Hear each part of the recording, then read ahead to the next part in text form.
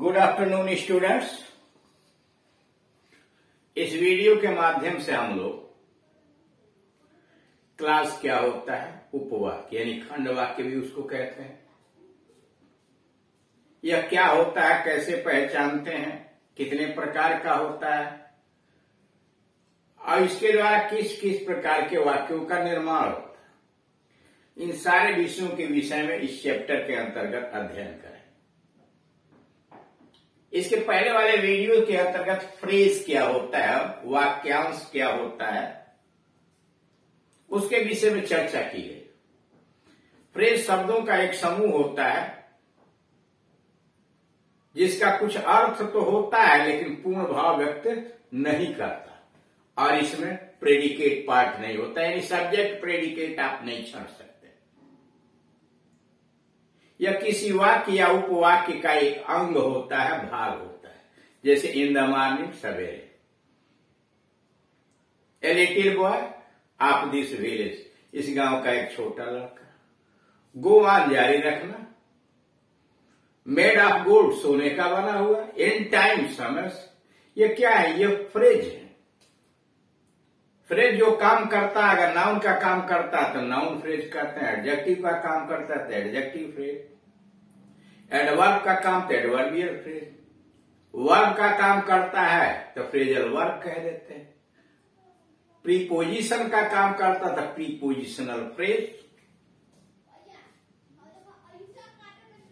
अब उसके बाद है यहां क्लास। क्लास खंड वाक्य या उपवाक्य। यह क्या होता है?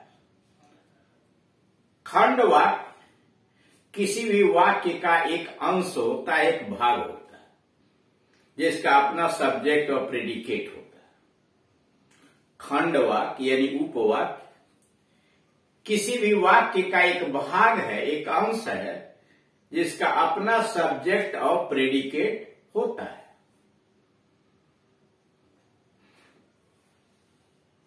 जैसे यहां लिखा हुआ है क्लास, शब्दों का वह समूह है जो किसी वाक्य का अंग होता है।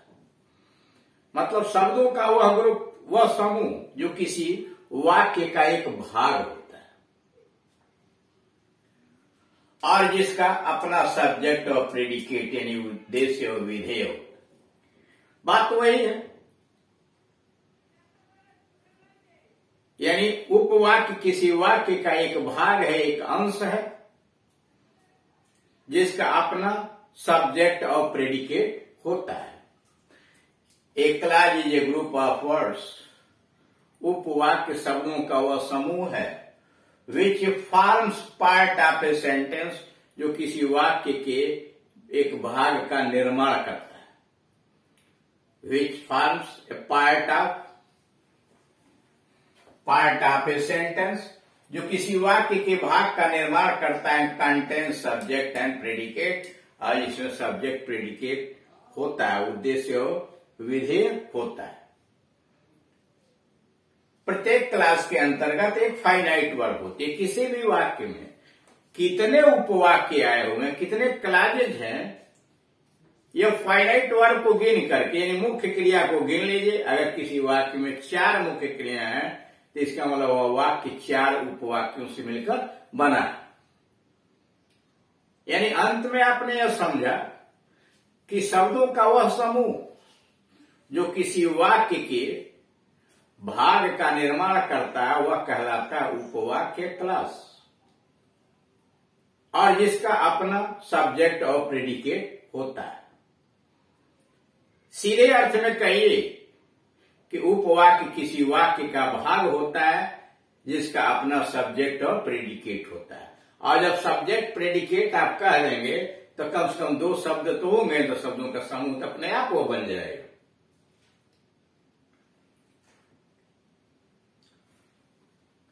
Kinds of class. उपवाक्य या खंड वाक्य के कितने प्रकार होते हैं? क्लाज 3 प्रकार के होते हैं, यानी उपवाक्य 3 प्रकार के होते हैं।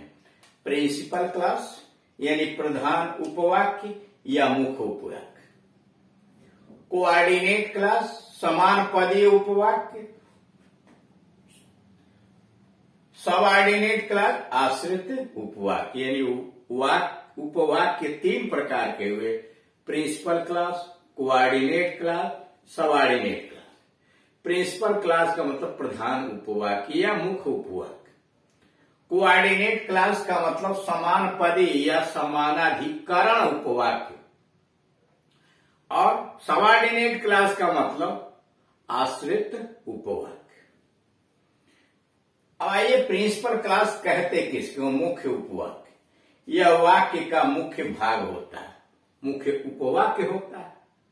यानी प्रिंसिपल क्लॉज किसी भी वाक्य का मुख्य उपवाक्य होता है, मुख्य क्लॉज होता है। यह क्लॉज किसी दूसरे क्लॉज पर निर्भर नहीं रहता है, आश्रित नहीं रहता। यानी प्रिंसिपल क्लॉज किसी भी दूसरे उपवाक्य पर निर्भर नहीं होता है, अर्थात इससे पूर्ण भाव व्यक्त होता है। यानी यह अपना अर्थ स्वयं पूरा कर लेता है। इसके आरंभ में कभी भी कोई कनेक्टिव वर्ड भी नहीं आता है। इसके आरंभ में कभी कोई कनेक्टिव वर्ड नहीं आता। दूसरे भाव में साधारण भाषा में समझने की कोशिश कीजिए। प्रिंसिपल क्लॉज उस क्लॉज को कहते हैं जो वाक्य के अंतर्गत अपना अर्थ स्वयं पूरा कर लेता है। अपने अर्थ को पूरा करने के लिए उसे किसी दूसरे क्लॉज की आवश्यकता नहीं होती। यानी वह उपवाक्य जो अपना अर्थ स्वयं पूरा कर ले, उसे किसी दूसरे क्लॉज पर निर्भर रहने की जरूरत नहीं पड़ती है, वह कहलाता है प्रधान उपवाक्य या मुख्य उपवाक्य। इसके पहले कोई भी कनेक्टिव वर्ड नहीं होता है, कोई भी कंजंक्शन नहीं होता। जैसे I have lost the book, मैंने वो पुस्तक खो दिया है, विच यू गेव मी, जो तुमने मुझे दिया। यह वाक्य 2 उपवाक्यों से मिलकर बना है। I have lost the book एक उपवाक्य हो गया, विच यू गेव मी दूसरा उपवाक्य हो गया, विच यू गेव मी, जो तुमने मुझे कल दिया, ये मुझे दिया। यानी यह 2 उपवाक्यों से मिलकर बना हुआ वाक्य है कि I have lost the book, यह एक उपवाक्य हो गया। विच यू गेव मी, जो तुमने मुझे दिया, यह दूसरा उपवाक्य हो गया। पहला वाला उपवाक्य से पूर्ण भाव व्यक्त होता है। यानी I have lost the book, अगर वहीं फुल स्टॉप लगा दे तो भी आगे कुछ लिखने या समझने की कोई जरूरत नहीं है, मैंने पुस्तक खो दिया। यानी ये उपवाक्य अपने आप में परिपूर्ण है, यह अपना अर्थ स्वयं पूरा करता है, इसे किसी दूसरी उपवाक्य पर निर्भर रहने की आवश्यकता नहीं है। और इसके पहले कोई कनेक्टिव वर्ड भी नहीं आया, कोई कंजंक्शन इसके पहले नहीं आया, इसलिए यह उपवाक्य प्रिंसिपल क्लॉज है। यानी कह रहा कि इस वाक्य में कि I have lost the book एक उपवाक्य हुआ, और दूसरा you gave me, which you gave me, जो तुमने मुझे कल दिया, यह 2 उपवाक्यों से मिलकर बना हुआ वाक्य है। पहला उपवाक्य जो है I have lost the book, यह अपना अर्थ स्वयं पूरा कर लेता है, इसे अपने अर्थ के लिए दूसरे पर निर्भर रहने की कोई जरूरत नहीं है, और इसके पहले कोई कनेक्टिव वर्ड या कंजंक्शन या संयोजक भी नहीं आया है, अतः इसे कहेंगे प्रिंसिपल क्लॉज। लेकिन वहीं दूसरा उपवाक्य का अर्थ पूर्ण नहीं है, विच यू गेव मी। अगर केवल इतना ही अगर कहा जाए विच यू गेव मी, जो तुमने मुझे दिया, तो समझ में नहीं आता। अर्थ तो कुछ है लेकिन पूरा अर्थ नहीं है। जैसे मान लीजिए क्योंकि वह बीमार था, क्योंकि वह बीमार था, कुछ बातें समझ में आई और कुछ बातें इसलिए समझ में नहीं आए कि इसके पहले वाले उपवाक्य को छुपा लिया गया, बोला नहीं क्या। वह विद्यालय नहीं आया क्योंकि वह बीमार था, जब कहा जाएगा वह विद्यालय नहीं आया, यह प्रधान उपवाक्य हो गया, और क्योंकि वह बीमार था यह आश्रित उपवाक्य। तो वही कह रहा, इसलिए यहां दूसरे उपवाक्य का अर्थ पूर्ण नहीं है और अपने अर्थ के लिए वह पहले वाले उपवाक्य पर निर्भर है। यानी विच यू गेव मी, जो तुमने मुझे दिया, यह अपने अर्थ को पूरा करने के लिए I have last the book वाले क्लाज पर निर्भर है, यानी प्रिंसिपल क्लाज पर निर्भर है।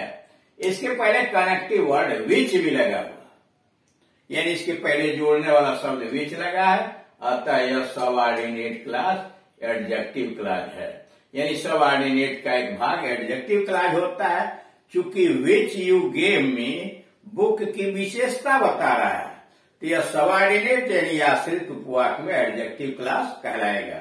यानी वह उपवाक्य जो एडजेक्टिव का काम करता है उसे एडजेक्टिव क्लास कहते हैं।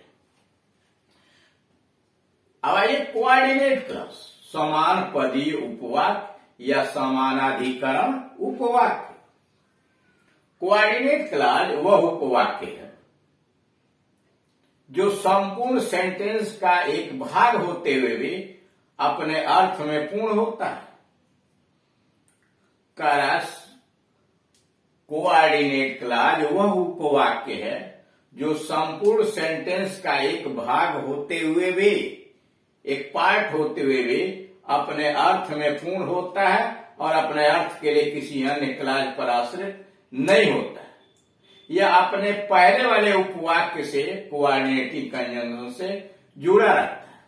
मतलब कहने का यह है कि कोऑर्डिनेट क्लाज यानी समान पदी उपवाक्य उस उपवाक्य को कहते हैं जो वाक्य में अपना अर्थ तो पूरा कर लेता है, अपने अर्थ के लिए यह किसी पर निर्भर नहीं होता है, लेकिन यह अपने पहले आए हुए कोऑर्डिनेटिंग कंजंक्शन के माध्यम से दूसरे उपवाक्य से जुड़ा रहता है।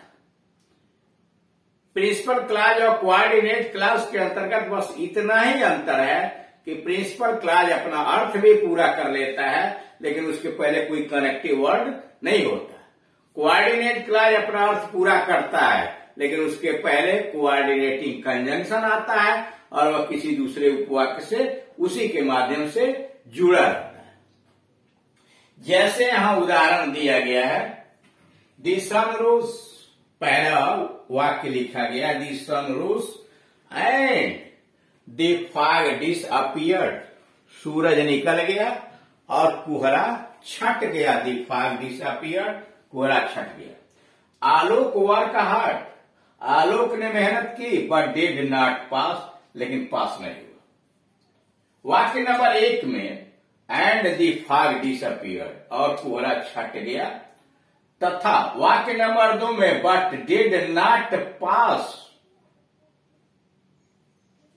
समानाधिकरण उपवाक्य कोऑर्डिनेट क्लाज हैं तथा अपने पूर्व क्लाज से क्रमशः एंड से और बट से जुड़े हुए हैं। मतलब दी फॉग डिसअपीयर्ड अपना अर्थ पूरा करता है, साथ ही साथ बट डिड नॉट पास यानी but he did not pass यह भी अर्थ पूरा करता है, लेकिन एंड और बट से अपने पहले वाले उपवाक्य से जुड़ा हुआ है, इसलिए इसको कहेंगे कोऑर्डिनेट क्लास। तो इस तरह से आपने देखा कि क्लास क्या होता है। क्लास 3 तरह का होता है, जिसमें प्रिंसिपल क्लास और कोऑर्डिनेट क्लास के विषय में आपको जानकारी दी गई। सबऑर्डिनेट क्लास क्या होता है इसके अगले वाले वीडियोस के अंतर्गत आपको समझाया जाएगा। Thank you.